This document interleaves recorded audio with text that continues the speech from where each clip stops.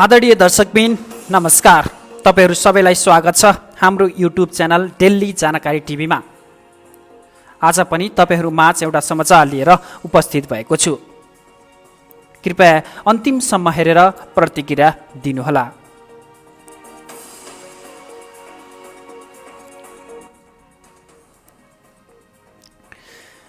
दर्शकबिन, नेपाल विद्युत प्राधिकरणका कार्यकारी निर्देशक कुलमान खिसिङलाई आलोचकहरूले लगाउने गरेको एउटा आरोप हो भारतबाट बिजुली किनेर लोड सेडिङ हटाएको छ। घिसिङ अहिले आफ्नो कार्यकालको अन्तिम समयमा रहँदा फेरि यो विषय बाहिर आइरहेको छ कि नेपालमा लोड सेडिङ हट्न भारतको बिजुली नै निर्णायक हो त।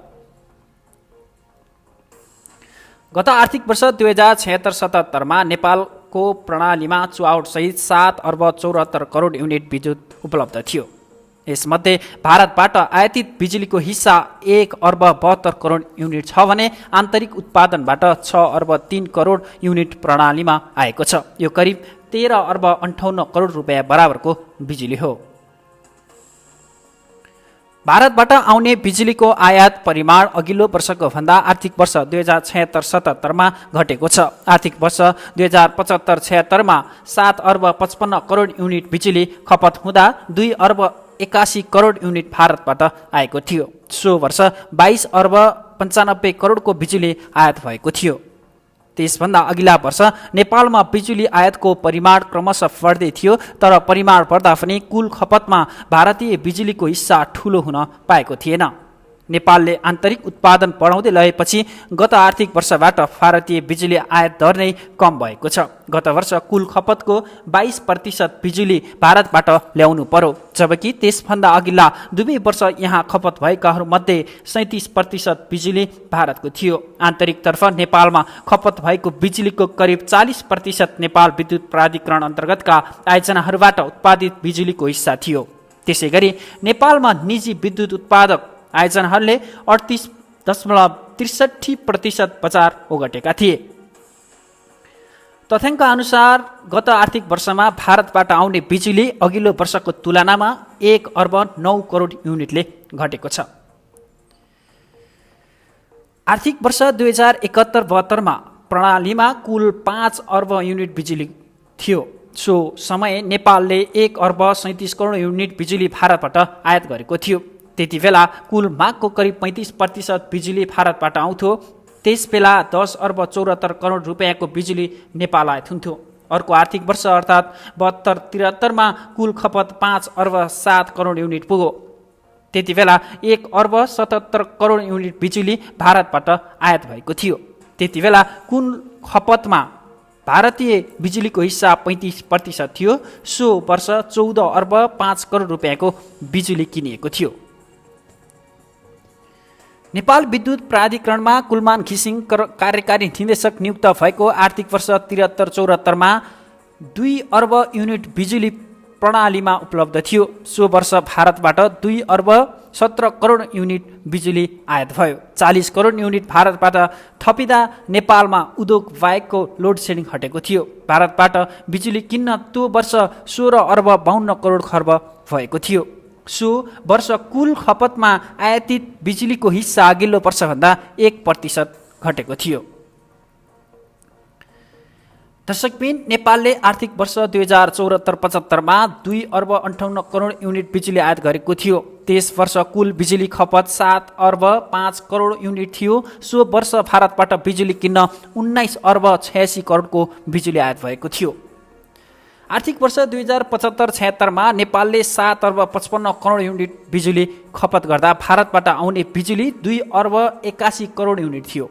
यसका लागि 22 अर्ब 95 करोड खर्च भएको थियो। यी दुवै वर्षमा भारतबाट कुल खपतको 37% बिजुली आएको थियो। गत आर्थिक वर्षमा भने बिजुलीको आयात 37%बाट 22मा झरेको छ।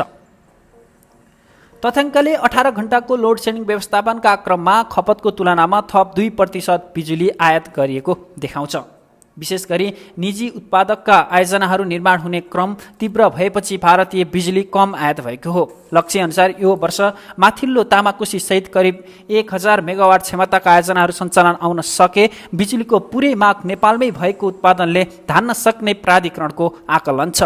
वर्षायाममा भारतमा बिजुली पठाएर हिउँदमा उत्पादन घटेका बेला उताबाट बिजुली ल्याउने प्राधिकरणको योजना छ। वर्षमा 2 अर्ब 28 करोड युनिट तामाकोसी एक्लैले उत्पादन गर्न सक्छ। अरू आयोजनाहरू पनि थपिँदा अबको 1 वर्षभित्र नेपाल बिजुलीमा आत्मनिर्भर बन्न सक्ने प्राधिकरणहरूको ठहर छ। यसो हुँदा हिउँदमा भारतबाट आउने भन्दा वर्षमा नेपालले भारत पठाउने बिजुलीको मात्रै धेरै हुने देखिन्छ। दर्शकबिन, चुहावट घटाएर नाफातर्फ लम्किएको प्राधिकरणले विद्युत खपत बढाउन यो अवधिमा महत्त्वपूर्ण सफलता हात पारो। आर्थिक वर्ष 72-73 वार्षिक विद्युत खपत 3 अर्ब 71 करोड 58 लाख युनिट थियो। यो खपत दर आर्थिक वर्ष 2071-72 भन्दा पनि त्यो वर्ष विद्युत उपयोग करिब 0.7% कम थियो। त्यति बेला लोडसेडिङ हुने भएकाले एकजना व्यक्तिले वर्षमा औसत 131 युनिट मात्र विद्युत खपत गर्थ्यो। तर त्यस यता विद्युत खपत लगातार बढ्यो। आर्थिक वर्ष 2073-74 को कुल विद्युत खपत 4 अर्ब 77 करोड 38 लाख युनिट थियो। 2074-75 मा 5 अर्ब 55 करोड 73 लाख युनिट भएको थियो। 2075-76 मा कुल खपत 6 अर्ब 33 करोड 81 लाख र 2076-77 को कुल खपत 6 अर्ब 52 करोड 87 लाख युनिट पुग्यो। अहिले एकजना व्यक्तिले 245 युनिट विद्युत खपत गरिरहेका छन्। तथ्याङ्क अनुसार 4 वर्षमा विद्युत उपयोग 80% ले बढेको छ।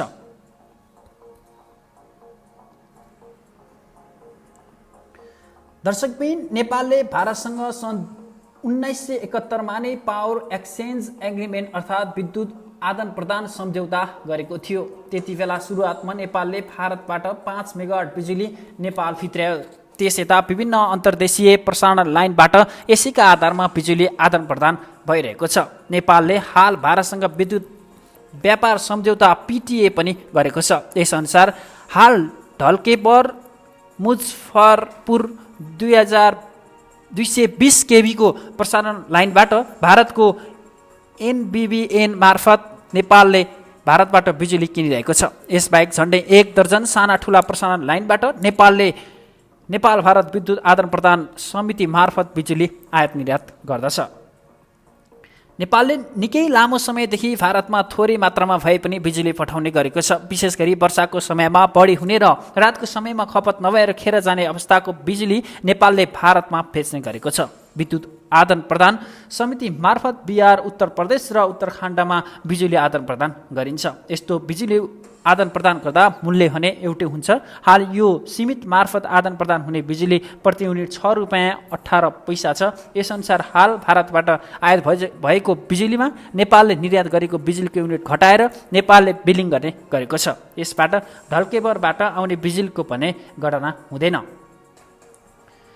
विद्युत आदान प्रदान समिति मार्फत नेपालले 291 मेगावाटसम्म बिजुली भारतसँग लिने र दिने गरिरहेको छ। यसका लागि भारतसँग जोडिएका 132, 33 र 11 केबीका लाइनहरू प्रयोगमा छन्। यसै व्यवस्था अनुसार प्राधिकरणले गत आर्थिक वर्ष 2076-77 मा 10 करोड 70 लाख युनिट विद्युत निर्यात गरेको थियो।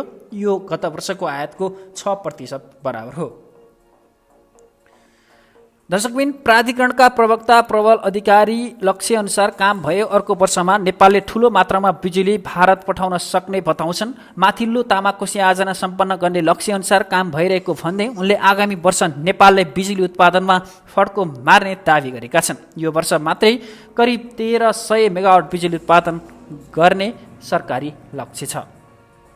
भारतको पावर एक्सचेन्ज बजारमा आबद्ध हुन नेपाल सरकारले प्राधिकरणलाई अनुमति दिइसकेको छ। तर भारतसँग यसबारे अन्तिम समझदारी हुन बाँकी छ। यो भारतको बिजुली बेच्ने खुला अनलाइन बजार हो, जहाँ आफूलाई बढी हुने बिजुलीको कबलमा मूल्य बढाएर बेच्न सकिन्छ। ढल्केबर मुजफ्फरपुर प्रसारण लाइन अन्तर्गत नेपालले 1000 मेगावाटसम्म बिजुली आयात निर्यात गर्न सक्छ। हाल 250 मेगावाट मात्रै आयात भइरहेको छ। धन्यवाद। यस्तै नयाँ खबरको लागि हाम्रो युट्युब च्यानल दिल्ली जानकारी टिभीलाई सब्स्क्राइब गर्न नभुल्नुहोला। सब्स्क्राइब गरेसँगै साइडमा आउने बेल आइकनलाई थिचेर छिटोभन्दा छिटो अपडेट आफू सामु लिनुहोस्। धन्यवाद।